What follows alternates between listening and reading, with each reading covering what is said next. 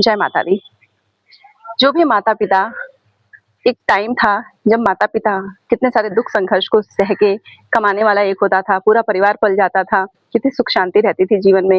लेकिन आज क्या है, जितने ही साधन हैं, जितनी ही कमाई है, लेकिन फिर भी परिवार में शांति नहीं है। क्यों? क्योंकि आज हर कोई स्वार्थी हो गया है, हर किसी के अंदर ईगो का भाव आ गया है। तो खास करके मैं माता-पिता के लिए कहना चाहती हूँ कि जो भी माता-पिता अपने अहंकार में आके ये सोचते हैं कि हम अलग हो जाते हैं, वो बच्चों की नहीं सोचते हैं, वो अपने कुल खानदान की इज़्ज़त की नहीं सोचते हैं, बहुत बड़ी गलती कर रहे हो आप। आज तो हमें लग रहा है कि हमें सॉल्यूशन मिल गया, हमारा ईगो सैटिस्फाई हो गया, लेकिन कल को वही बच्चे जिनको आप दोनों मिलके दुनिया में लेके आए थे, उस बच्चे के साथ आप बहुत बड़ी नाइंसाफ़ी कर देते हो।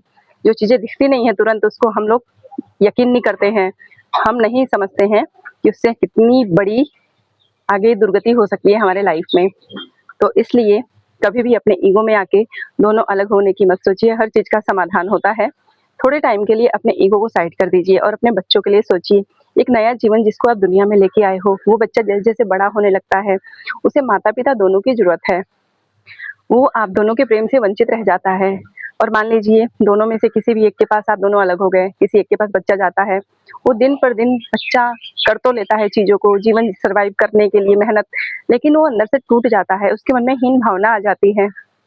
और जीवन तो संघर्ष ही है, तो क्यों हमें थोड़े से दुखों से घबरा जाना? एक दिन तो मर के सब कुछ छोड़ के यहीं चले जाना है। आज कौन है जो परमानेंट सालों से, हज़ारों सालों से जीता आ रहा है? कोई नहीं है ना।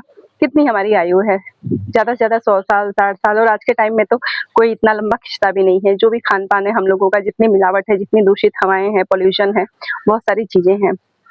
तो इसलिए कभी भी अपने बच्चों के लिए सोचिए, अपनी फैमिली के लिए सोचिए। थोड़े टाइम का ईगो होता है, थोड़े टाइम के लिए अहंकार आ जाता है मन में, कुछ हमारी मिसअंडरस्टैंडिंग हो जाती है, लेकिन चीज़ों को हम टाइम देख के ठीक कर सकते हैं, तो टाइम देना सीखिए। रिश्तों को, जिन रिश्तों को आपने इतने प्यार से आप दोनों एक हुए, कितनी सारी हमने मेहनत करी, इतना खर्चा होता है, थोड़ी-सी कठिनाई आने में हम लोग टूट जाते हैं, ऐसा नहीं करना चाहिए। तो इसलिए अपने बच्चों की सोचिए, उनके फ्यूचर को आप ब्राइट बनाना है आपको, ये हम सबके हाथ में है।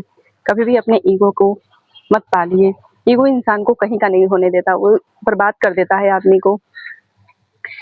अपने बच्चों के लिए सोचिए, उनके फ्यूचर को सँवारिए, अब जो होना था हो चुका है, आप माता-पिता बन चुके हैं और फिर एक टाइम आएगा जब आप पाओगे, कुछ समय अगर आप इन परेशानियों को दे देते हो, इनसे आप उबर जाओगे, फिर ये फीलिंग नहीं रहती है, फिर मन बदल जाता है, क्योंकि जब शादी होती है ना, हम सबकी कच्ची उम्र होती है, उस उम्र में इतनी अंडरस्टैंडिंग नहीं रहती है, तो उस समय लेकिन डिसीज़न ले लिया, परमानेंट हो जाएगा, एक वो टैग लग जाता है आपके नाम पे।